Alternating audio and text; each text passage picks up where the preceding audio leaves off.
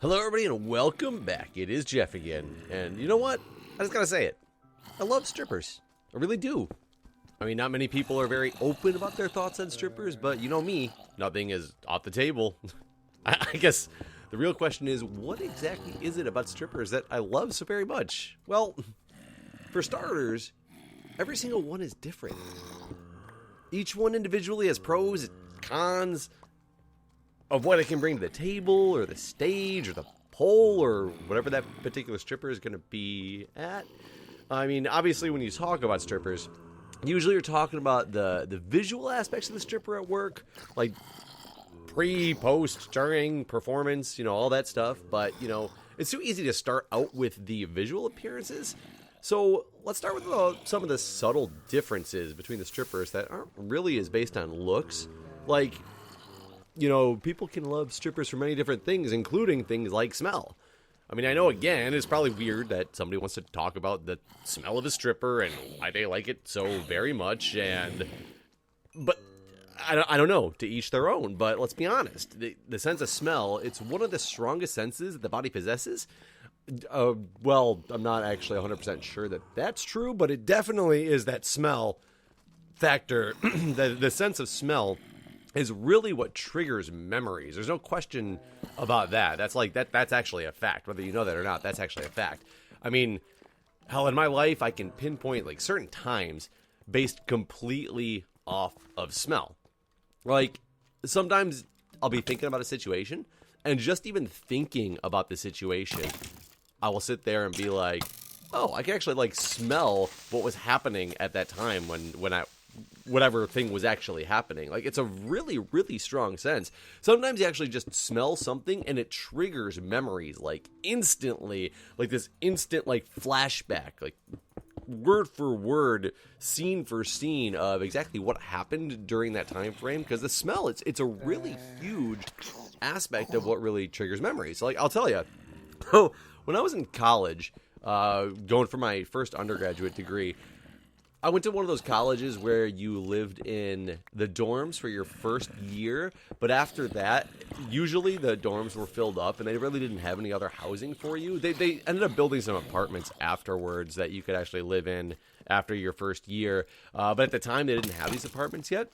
And I was actually, during my sophomore year in college, a buddy of mine and we lived together in this house off campus. It was actually a really awesome and a really horrible location at the time. Very strange. The way the college was, it was in downtown Flint. And if you walked one direction off of campus, you were in the good neighborhood, they considered it. You walk one direction and, a lot of the college kids are walking back and forth that way. A lot of the fraternity houses were down that direction. It's always just a line of, kids going to class or kids going back from class when down this certain direction.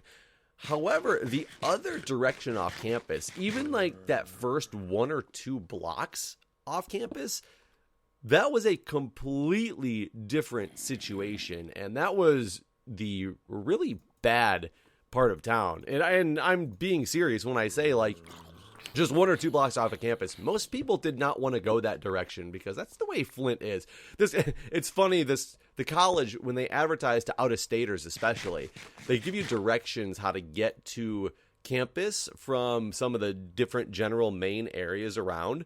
And if you're not from the area, you don't realize that these directions are actually not the ideal directions to take at all. It actually takes you up and around and out of the way. It'll take you a lot longer to get to campus, but they guide you through the nice neighborhood so that you don't see the shithole that Flint actually really is.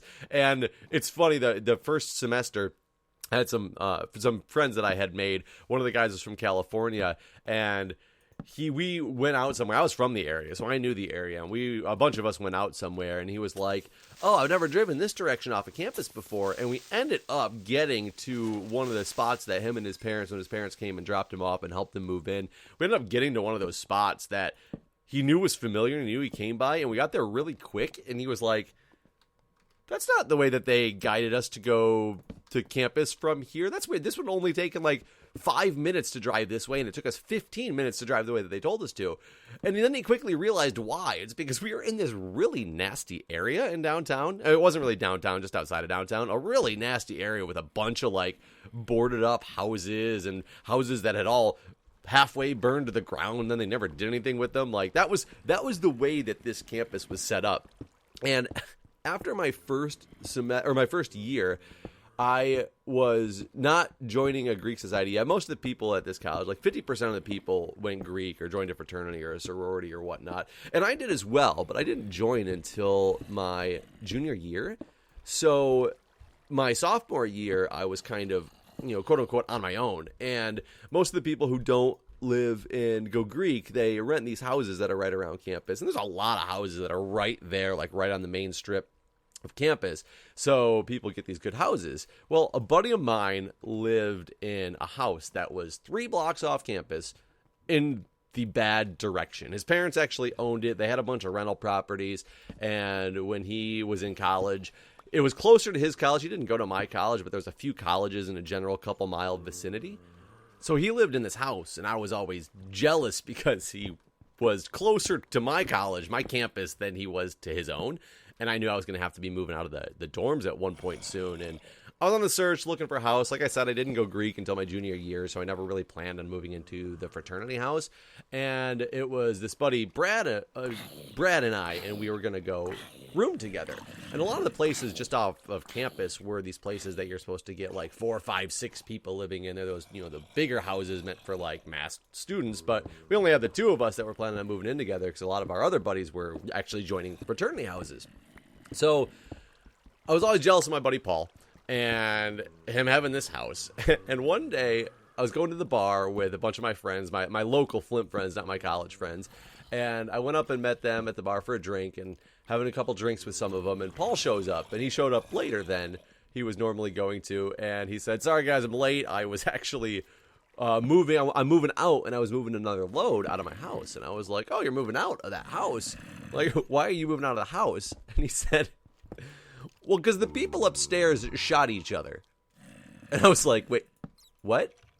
The people upstairs shot each other?" So this is one of those houses that it was split level. So the top half, it was a whole separate apartment, a separate entrance and everything. And there was 2 people that lived upstairs, and then him and his sister actually were living in the downstairs area, which was much bigger. Had 2 bedrooms, 2 bathrooms, something like that.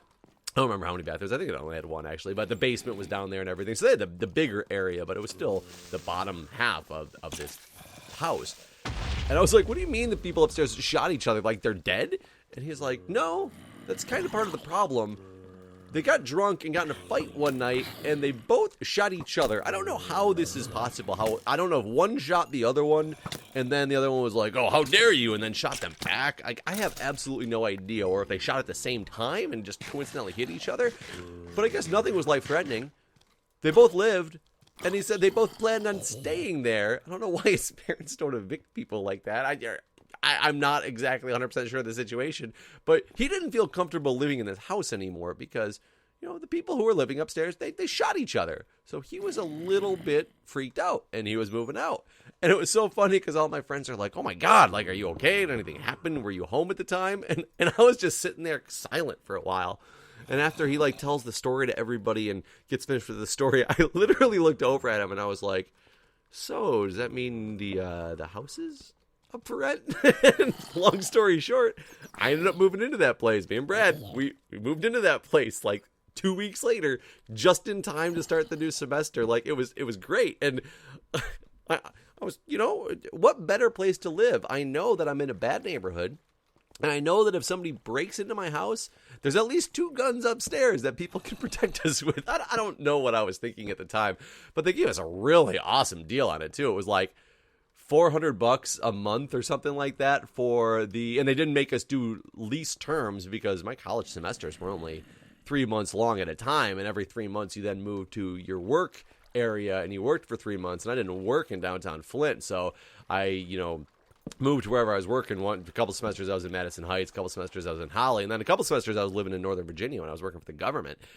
So I didn't need the house during that, and since they were friends of mine, they were like, yeah, just month to month, like, I know you're going to be moving out at the end of your semester, like, this is all good. So they were excited to have tenants in there, and like tenants they could trust as well.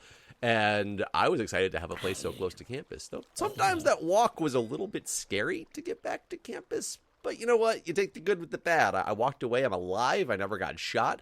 Place did get broken into once or twice. But you know what? Yeah, like I said, good with the bad. But anyways, so we're at this house off of campus.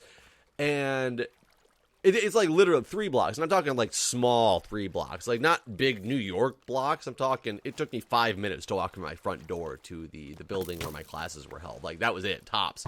It was just not always the greatest walk in the world. But one day it was like a weekend and a buddy of mine had come up and we went out and we were partying at some of the fraternity houses. And we come back to the house and my buddy Mark's going to stay the night on our couch. And we're sitting there and get home like maybe 5 minutes after we get home. It's like 3 o'clock in the morning. And my roommate Brad comes home. He was at some other party and he came home and he was drunk and he was pissed and we were all drunk. We were just drunk from different parties, but he was angry and just irate. And it was because he had apparently gone to this party where he got in a fight with a bunch of people that we went to people that we went to school with. They didn't like him, and since there was a lot of drinking involved, a big fight ended up breaking out, and it was pretty much everybody against him. Now, he wasn't like beat up or anything like that. There was a couple punches thrown, but he was just more mad because he was a nice guy. He would get a little crazy when he was drunk sometimes, but not in like a really off the wall, like evil type of way. So he just wanted to be accepted, and he felt really bad because he thought he was kind of like friends with a lot of these people that they really didn't think the same. So he got home and he was really upset. So we started drinking a bunch more and just talking about it for a while. You know, about an hour and a half or so go by and we're talking about all this stuff. And finally we're like, okay, Brad, we're gonna go to sleep. Mark curls up on the couch. I walk back to my bedroom and I lay down and I go to sleep. I get woken up. I don't know how much longer it is, how much long after this. It's just, I know that I had fallen asleep and I got woken up to just this like ear-curdling scream of my roommate just yelling, "Jeff, get the fuck up now!" And I was like, holy shit. Like, I literally jumped up out of bed. In my mind, I'm just like, okay, there's a bunch of people must be at my house. They must have come over from this party and they want to continue this fight with Brad. I don't know what's going on. All I know is he's screaming for my help. I jump up, wearing nothing but my boxers. I go running out into the living room. And I stand there in the living room and I look over and Mark's jumped up off the couch now, obviously, as well, too, because the couch was in the living room where, you know, Brad was at yelling. So Mark's standing up looking around like, what's going on? I'm out there in my boxers. Like, you just picture this as me. I'm sitting there, boxers. I'm wearing glasses at the time, too, so I could actually see. I'm just wearing boxers and I'm like in a boxer stance. Like, my fists are up. Like, I don't know how to fight, but I'm sitting there ready to fight because I'm just assuming there's a bunch of people in my house, like, getting ready to fight. And I realize that nobody else is there. And it's just Brad standing at the door. And I flipped the lights on because it was dark. I flipped the lights on. And all I see is him covered in blood from, like, his head. Like, it was all dripping down his face. I mean, he had his clothes and stuff on, so I don't know how much farther it went. But it was just pure blood all over his face. And the putrid smell of strawberry Mad Dog 2020. It was so prevalent and so just in your face that this smell, and then it was because of the blood, it was this smell of the strawberry Mad Dog mixed with this smell of dried blood. I will never, ever get that smell out of my mind. And whenever I smell anything like Mad Dog 2020, I instantly like flashback and I can just picture Brad covered in blood standing in my living room. Now what happened was, he decided that when we all went to sleep, he wasn't ready to go to sleep yet. He was angry. He went out for a drive to cool off. He ended up going head on into a telephone pole going 45 miles an hour, like 2 blocks down the street. I don't know if he just got in his van or his truck and drove straight and went straight into it. I don't know exactly how it happened. All I know is that's what happened. He got out of his car because he was wasted. He got out of his car somebody saw him, I guess, and asked him if he was okay. And he was like, oh, yeah, man, I'm fine. I, like, fell asleep at the wheel or something. And then he just started running, and he ran home because he wasn't feeling any pain. There was so much adrenaline and so much alcohol, like, going through his veins that he ran home and yelled because he didn't know what else to do. He was just yelling for help. And he was standing there just in absolutely no pain, not really understanding. Well, he understood the situation, but nobody understands why he did what he did in the situation. But he's just standing there in the living room in no pain. And as we talked to him for a couple minutes and he's telling us the story, the adrenaline's obviously wearing off because he just starts to, like, curl over and starts screaming in pain to the point where I had to drive him to the hospital.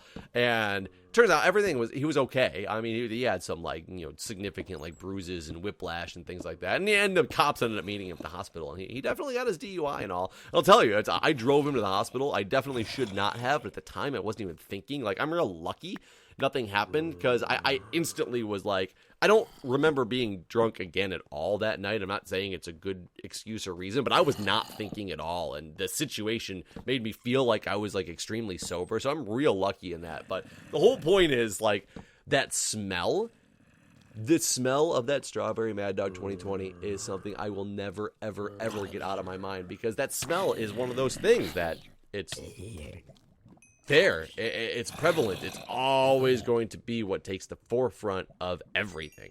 But wow, I just got so far off topic, but it was all to explain the whole smell thing. But every stripper, they smell different.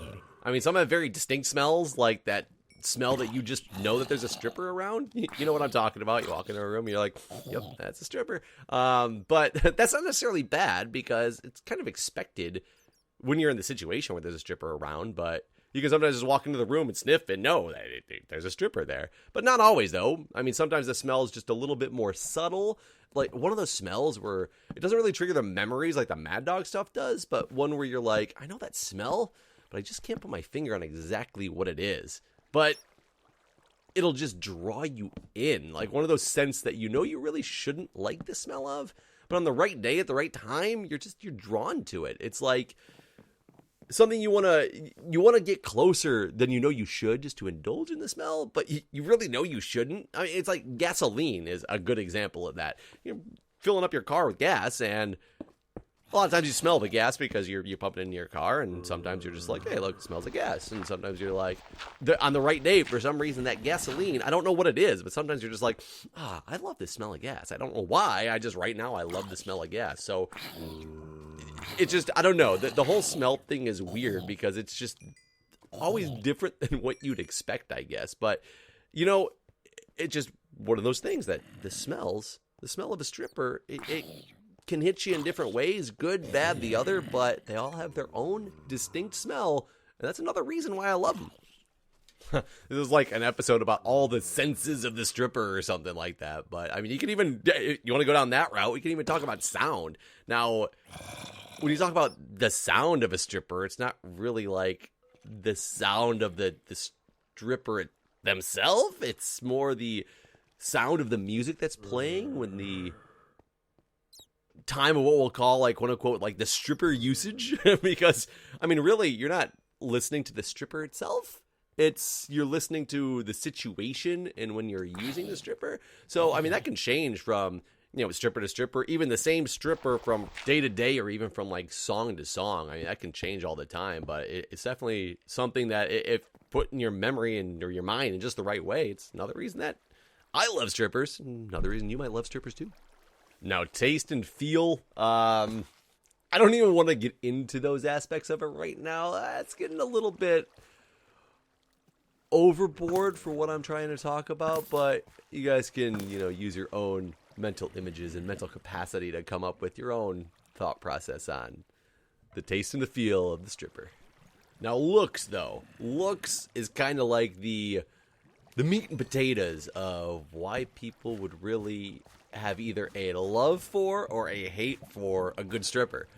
Some people just want to have that stripper that looks perfect all around, straight from the get-go, and some people like the stripper that they know is going to just, as the work goes on, they progress in more and more and more to something that you're just like, wow, that is exactly what I wanted out of that stripper. And I mean, to each their own on what situation they really like, but That's one of the beauties of strippers is they're so versatile. There's so many different nuances that make each one unique and each one so good or so bad in its own way. Like, long story short, when it comes to strippers, everyone's going to have their preferences. I personally love a good stripper.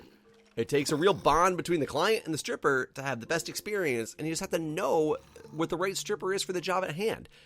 You don't want to be trying to, like, repaint your walls or remove that old coat of paint or from that pole in your basement if you have a stripper that just doesn't fit with the situation. You're going to have paint that's just, like, left over. When you put on that new coat, that paint stripper is just not going to have taken it all off, and you're just going to have a mess on your hands when all is said and done. So you got to make sure you get the right stripper, but in order to get the right stripper, you just need to have this love and this understanding of what the strippers are. I mean, when you go to like Lowe's or Home Depot or something like that, you have so many different choices of strippers. You have the bare, clean, come in premium, rust converting. There's so many different ones that it's such a versatile tool, but everybody has their own preferences on which one they like the most. Personally, I love strippers. I love strippers because they can get your projects done.